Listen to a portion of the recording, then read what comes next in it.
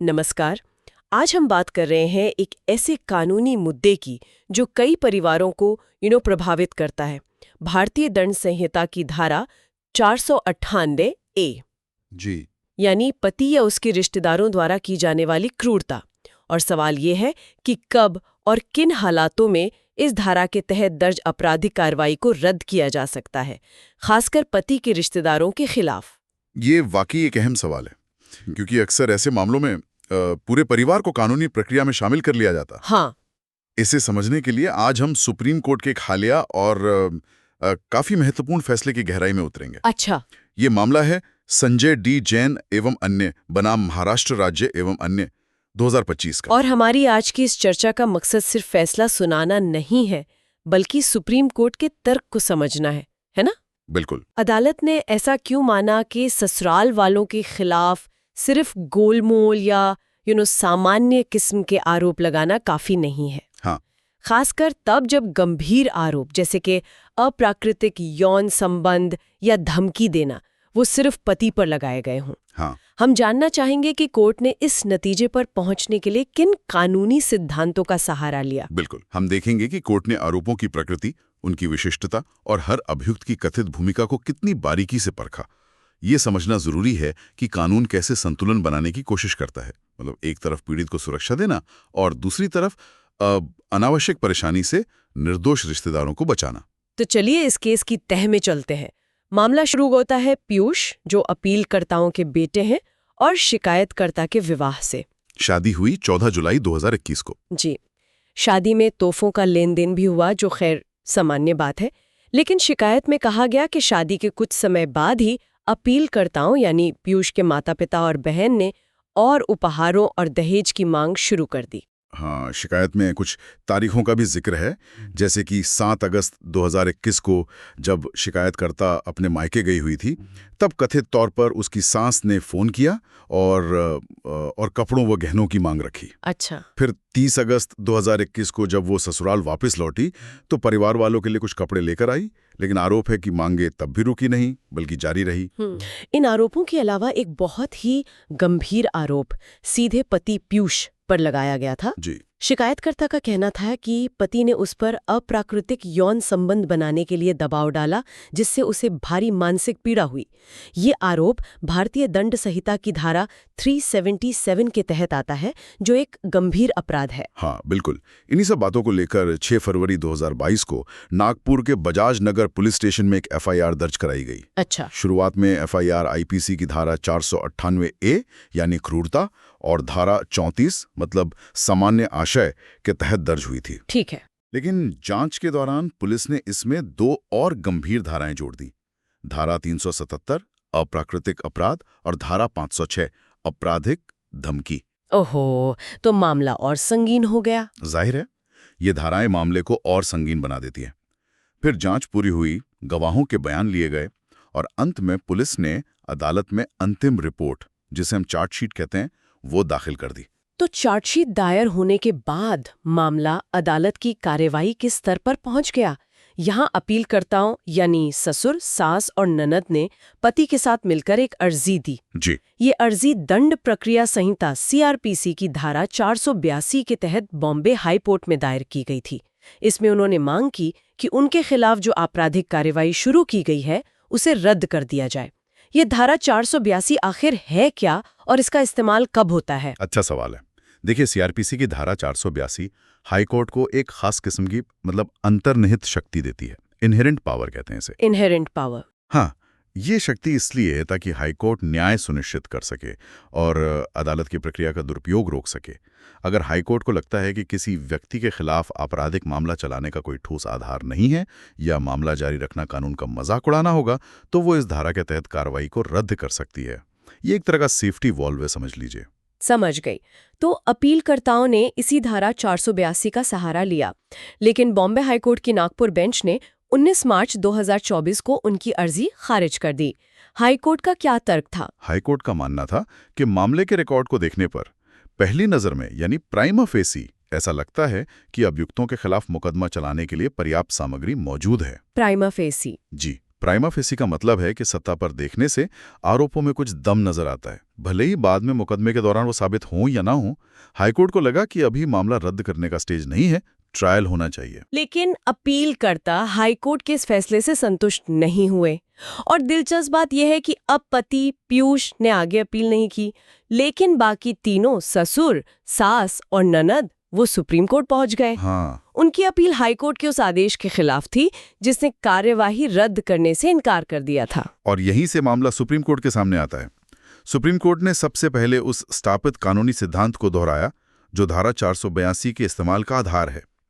अगर एफआईआर या शिकायत में लगाए गए आरोपों को अक्षरशः सच भी मान लिया जाए और तब भी उनसे पहली नजर में कोई अपराध बनता ही न दिखे, तो ऐसी कार्यवाही को जारी रखना व्यर्थ है और उसे रद्द कर देना चाहिए। तो सुप्रीम कोर्ट ने इस सिद्धांत को इस केस पे कैसे लागू किया? उन्होंने एफआईआर और शिकायत का विश्लेषण किस तरह से किया? सुप्रीम कोर्ट ने पाया कि जहां तक अपीलकर्ताओं का सवाल है, यानी ससुर, सास, ननद, उनके खिलाफ लगाए गए आरोप बहुत ही सामान्य और अस्पष्ट थे, मतलब सिर्फ जनरल स्टेटमेंट्स। शिकायत में बस ये लिख दिया गया था कि ससुराल वाले दहेज मांगते थे और परेशान करते थे। लेकिन किसने, कब, कहाँ, क्या कहा या किया, इसका कोई खास ब्यौरा नहीं था। कोई स्पेसिफिक्स नहीं। कोर्ट ने इस तरह के आरोपों के लिए ओमनिबस शब्द का इस्तेमाल किया। ओमनिबस आरोप मतलब ऐसे व्यापक और गोलमोल आरोप जो बिना किसी विशिष्टता के परिवार के कई सदस्यों पर एक साथ लगा दिए जाते हैं। यानी सिर्फ ये कह देना कि उन्होंने परेशान किया या दहेज मांगा काफी नहीं है, आपको बताना होगा कि किस व्यक्ति ने क्या कॉन्क्रीट भूमिका निभाई। क्या ये मतलब है? बिल्कुल, सुप्रीम कोर्ट ने यही कहा। कोर्ट ने फिर धारा 498A के तहत क्रूरता के अर्थ को भी देखा। कानून कहता है कि 498A के तहत दंडनीय होने के लिए क्रूरता ऐसी होनी चाहिए जिससे महिला को आत्महत्या करने का ख्याल आए या उसके जीवन, शरीर या स्वास्थ्य को गंभीर खतरा हो। हाँ। या फिर क्रूरता का मतलब हो सकता है किसी संपत्ति या कीमती चीज की गैर कानूनी मांग पूरी करवाने के लिए महिला को तंग करना। अच्छा। सुप्रीम कोर्ट ने पाया कि अपीलकर्ताओं यानी ससुराल वालों के खिलाफ ऐसे कोई विशिष्ट कृत्य बताए ही नहीं गए थे जो 498A की इस परिभाषा के तहत क्रूरता माने जा सकें। ये एक बहुत अहम बिंदु है। तो कोर्ट ने पति और ससुराल वालों पर लगे आरोपों के बीच एक तरह की लक्ष्मण रेखा खींच दी। हाँ, कह सकते हैं। यह बहुत महत्वपूर्ण अवलोकन था। कोर्ट ने साफ तौर पर नोट किया कि जो सबसे गंभीर आरोप थे, यानी धारा 377 अप्राकृतिक यौन संबंध और धारा 506 आपराधिक धमकी, वे स्पष्ट रूप से केवल पति अभियुक्त संख्या 1 के खिलाफ थे। सिर्फ पति के खिलाफ? जी। एफआईआर या शिकायत में कहीं भी ऐसा नहीं कहा गया था कि ससुराल वालों ने इन अपराधों में कोई भूमिका निभाई या पति को उकसाया। उनके खिलाफ इन धाराओं में कोई विशिष्ट आरोप था ही नहीं। अच्छा, तो इसी विश्लेषण के आधार पर सुप्रीम कोर्ट ने अपना फैसला सुनाया। उन्होंने किसी पुराने केस का हवाला भी दिया। हाँ, सुप्रीम कोर्ट ने हरियाणा राज्य एवं अन्य बनाम भजनलाल एवं अन्य 1990 मामले का जिक्र किया। ये केस भारत में आपराधिक कार्यवाही रद्द करने के मामलों में एक मील का पत्थर माना जाता है। भजनलाल केस, हाँ सुना है। जी, भजनलाल केस में सुप्रीम कोर्ट ने कुछ दिशा निर्देश दिए थे कि किन परिस्थितियों में हाईकोर्ट अपनी धारा 482 की शक्तियों का इस्तेमाल करके एफआईआर या आपराधिक कार्यवाही रद्द कर सकती है। अच्छा। इन्हीं सिद्धांतों का हवाला देते हुए सुप्रीम कोर्ट ने निष्कर्ष निकाला कि वर्तमान मामले में अपीलकर्ताओं ससुर, सास, ननद के खिलाफ कार्यवाही जारी रखना भजनलाल में बताए गए सिद्धांतों के अनुसार कानून के प्रक्रिया का दुरुपयोग होगा।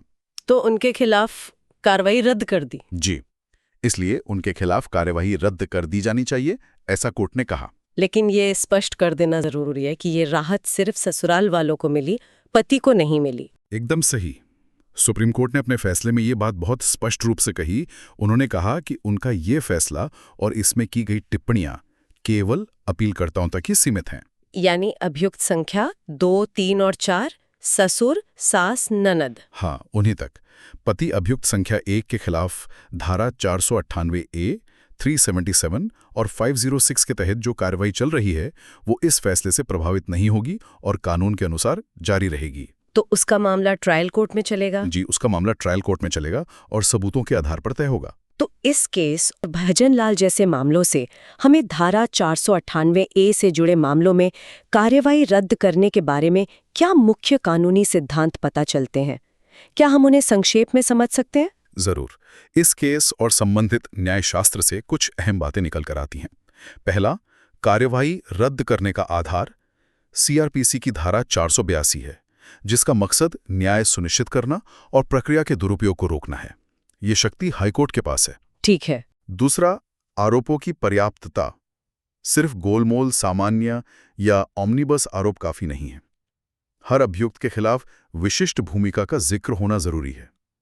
किसने, क्या, कब, कैसे किया, ये स्पष्ट होना चाहिए, कम से कम पहली नजर में तो जरूर। तीसरा सिद्धांत शायद क्रूरता की परिभाषा से जुड़ा होगा। बिल्कुल। तीसरा, धारा 498A के तत्व। हर तरह की कहासुनी या पारिवारिक अनबन क्रूरता नहीं होती। क्रूरता वैसी होनी चाहिए जैसी धारा 498A के स्पष्टीकरण में बताई गई है। जैसे कि जो महिला को आत्महत्या के लिए उकसाएं या गंभीर चोट पहुंचाए या जीवन या स्वास्थ्य को खतरा पैदा करे, या फिर किसी गैर कानूनी मांग जैसे दहेज के लिए उत्पीड़न हो। समझ गए। चौथा, क्रूरता की विशिष्टता। शिकायत में यह साफ तौर पर उभरना चाहिए कि अभियुक्त का कौन सा कार्य 498A के तहत परिभाषित क्रूरता की श्रेणी में आता है।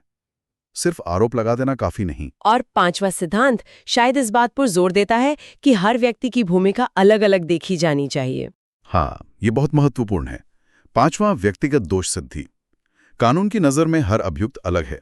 एक अहम बात यह निकलती है कि कानून पूरे परिवार को एक इकाई की तरह नहीं देखता।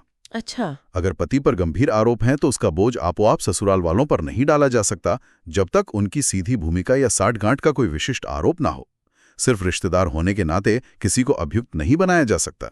सही बात है। छठा, कानून की प्रक्रिया का दुरुपयोग। जैसा भजनलाल मामले में स्थापित हुआ, अगर सिर्फ अस्पष्ट और आधारहीन आरोपों पर कार्रवाई जारी रखी जाती है तो ये कानून की प्रक्रिया का दुरुपयोग माना जाएगा और इसे रद्द किया जाना चाहिए।